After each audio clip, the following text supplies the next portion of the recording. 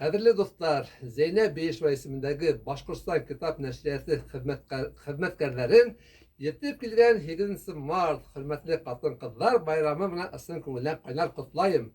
Şekilde zor oğuşlar, bir şılay külles, mağdur bulunur, ilimiz, tınız, kugumuz ayaz bulun, hem hizge indi her vakit oğuşlar tilep kalam. Her sağılgan kitaplarda biz yaratıp okuyumuz, her sağılgan yerlerde yaratıp yerlayımız.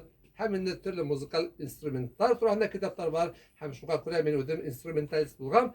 Hem de bulek komuz sözlerin, komuz köylerin bulek edem.